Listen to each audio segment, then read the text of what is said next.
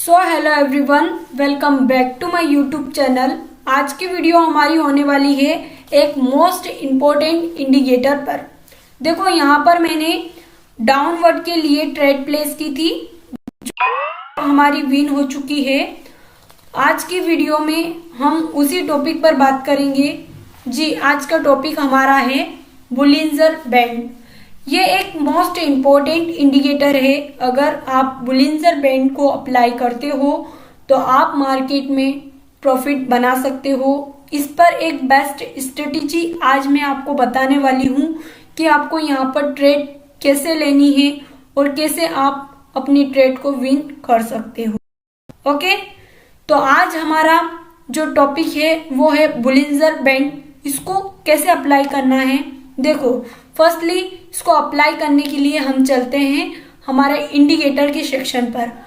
आप देख सकते हैं कि यहाँ पर हमारा इंडिकेटर के सेक्शन पर ये सेकेंड वाला यहाँ पर एक ऑप्शन है बोलिंजर बैंड का। आपको इस पर क्लिक करना है। क्लिक करने के बाद आप देख सकते हैं कि यहाँ पर आपका बोलिंजर बैंड अप्लाई हो चुका है। लेकिन आपको यहाँ पर एक बात का ध्यान रखना है, आपके टाइम फ्रेम में जो पीरियड टाइम है उसको आप यहाँ पर चेंज करेंगे। ओके, आपको यहाँ पर जो टाइम फ्रेम दे रखा है 5 पीरियड पर, आप इसको चेंज करेंगे। आप इसको 10 करेंगे वाले टाइम पर, और वो टाइम फ्रेम आपका होगा 10 से 20 के बीच में। ओके, तो आपका ये ऑप्शन यहाँ पर एक पॉइंट क्लियर हो गया होगा कि आपको बोलिंजर बैंड यहाँ पर अप्लाई करना है। और अप्लाई करने के बाद यहाँ पर आपका जो टाइम पीरियड है उसको यहाँ पर आप चेंज करेंगे और ये आप 10 पीरियड पर करेंगे। ओके, तो हम इसको क्लोज करते हैं। अब देखो यहाँ पर आप कैसे ट्रेड प्लेस करोगे। देखो यहाँ पर आपको ट्रेड प्लेस करते हुए क्या बात ध्यान रखनी है ये मैं आपको बता देती हूँ। देखो यहाँ पर आपको 3 लाइन दिख रही होगी और ये 3 लाइन आपको क्या बता रही है। फर्स्ट तो यहाँ पर आपको 3 लाइन दिख रही होगी और ये 3 लाइन आपको यहाँ पर क्या बताती है। देखो, जो फर्स्ट वाली लाइन है ये वाली, और जो लास्ट लाइन है ये सबसे हाईएस्ट लाइन है, ये सबसे लोवेस्ट लाइन है, और जो बीच में चल रही है वो मिडल लाइन है। आपको यहाँ पर ट्रेड इस लाइन के बेस पर और इस लाइन के बेस पर प्लेस करनी है।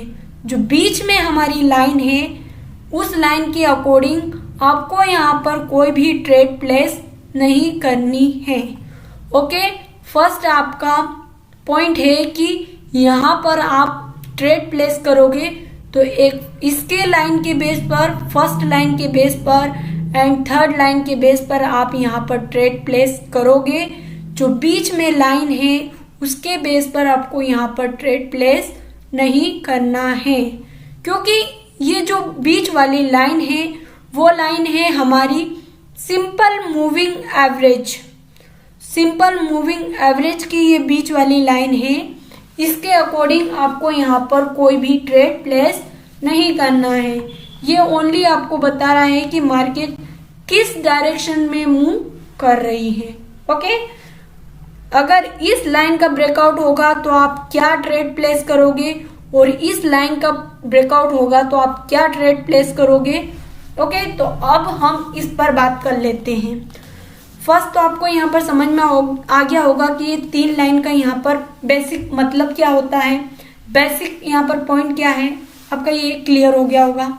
देखो, आपको यहाँ पर ट्रेड कैसे प्लेस करनी है।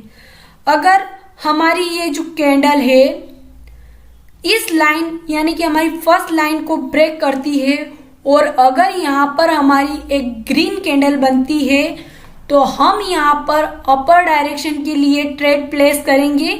लेकिन एक बात को आपको ध्यान यहाँ पर रखना है कि उसके बाद अगर हमारी ग्रीन कैंडल बनती है तभी हम यहाँ पर अपर डायरेक्शन के लिए ट्रेड प्लेस करेंगे। ओके, तो आपको एक बात यहाँ पर ध्यान रखना है कि जब भी कोई कैंडल हमारे किसी लाइन को ब्रेक करती है, अगर यहाँ पर हमारी अगर रेड कैंडल बनती और इसको ब्रेक कर जाती तो हम नेक्स्ट कैंडल का वेट करना है और उसके बाद ही हम यहाँ पर डाउनवर्ड के लिए ट्रेड प्लेस करेंगे। अब देखो यहाँ पर हुआ क्या कि ये हमारी एक ग्रीन कैंडल बनी, उसके बाद इसने इसको ब्रेक कर दिया, इस लाइन को ब्रेक किया और उसके बाद यहाँ पर सेकेंड क्या बनी है, ग्रीन कैंडल बनी है। तो आप यहाँ पर कंफर्मेशन के साथ आप अपर डायरेक्शन के लिए ट्रेड प्लेस करोगे और आपकी ट्रेड 100% विन होगी। ओके, तो आपको यहाँ पर जोन से भी कैंडल बने, रेड ग्रीन से मतलब नहीं है, जो भी कोई कैंडल बनती है अगर वो इस लाइन को ब्रेक करती है और नेक्स्ट कैंडल सेम बनती है तो आप वहां पर सेम डायरेक्शन के लिए ट्रेड प्लेस करोगे। ओके, तो फर्स्ट पॉइंट आपका यहाँ पर क्लियर हो जाता है कि मैंने यहाँ पर आपको क्या बताया है। आपको ट्रेड प्लेस करते हुए एक बात का ध्यान रखना है, वो ये है कि जिस कैंडल ने इस लाइन को ब्रेक किया है उसके बाद नेक्स्ट कैंडल क्या बनती है। अगर यहाँ पर हमारी नेक्स्ट कैंडल सेम बनती है तो हम यहाँ पर सेम डायरेक्शन। ओके, तो आप यहाँ पर देख सकते हैं कि ये जो हमारी एक रेड कैंडल बनी है इसने इस लेवल को ब्रेक कर दिया, इस लाइन को ब्रेक कर दिया, मूविंग एवरेज को ब्रेक किया और उसके बाद आप देख सकते हैं कि मार्केट कंटिन्यू यहाँ पर डाउनफॉल में है।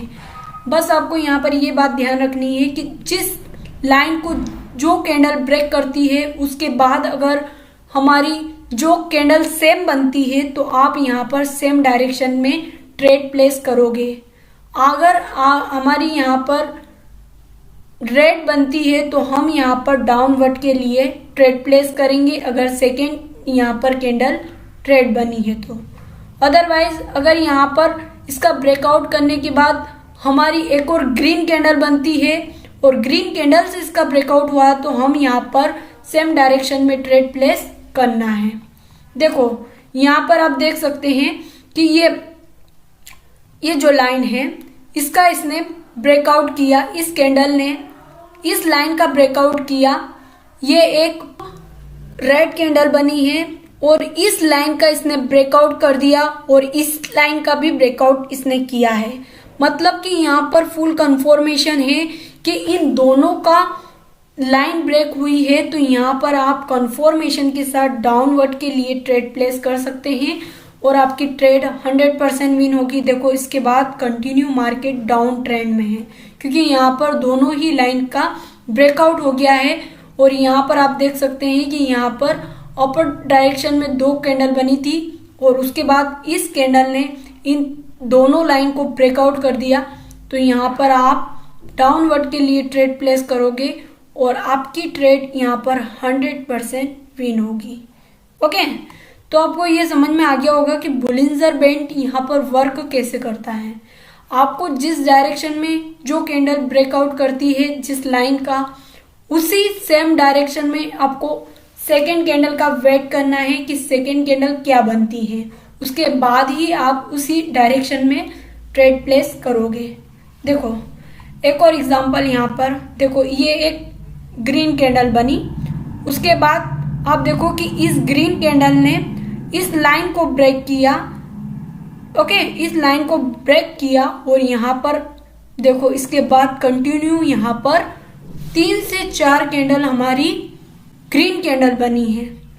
तो आपको यहाँ पर समझ में आ गया होगा कि जो कैंडल जिस लाइन का ब्रेकआउट करती है और सेकेंड कैंडल उसी जो कैंडल जिस लाइन का ब्रेकआउट करती है और सेकेंड कैंडल भी वही बनती है, तो आप यहाँ पर उसी डायरेक्शन में ट्रेड प्लेस करोगे।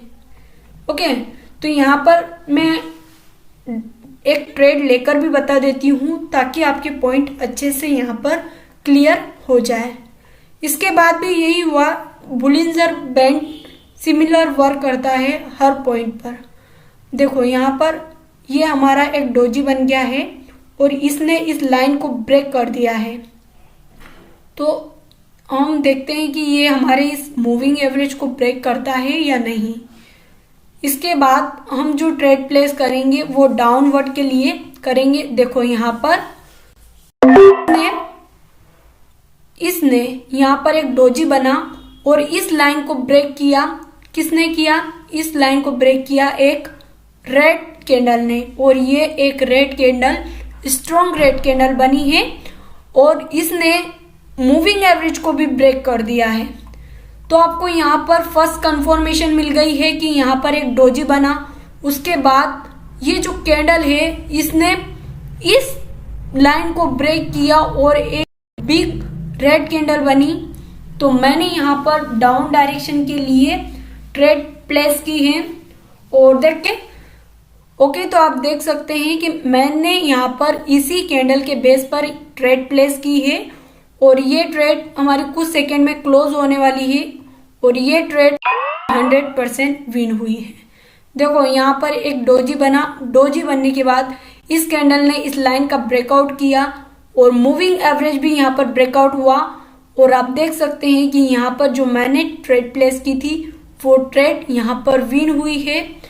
तो आज आपको मैंने बोलिंजर बैंड के बारे में बताया है और एक बेस्ट स्ट्रेटेजी आपके साथ मैंने शेयर की है जिसका यूज आप कर सकते हो और मार्केट में आप प्रॉफिट बना सकते हो।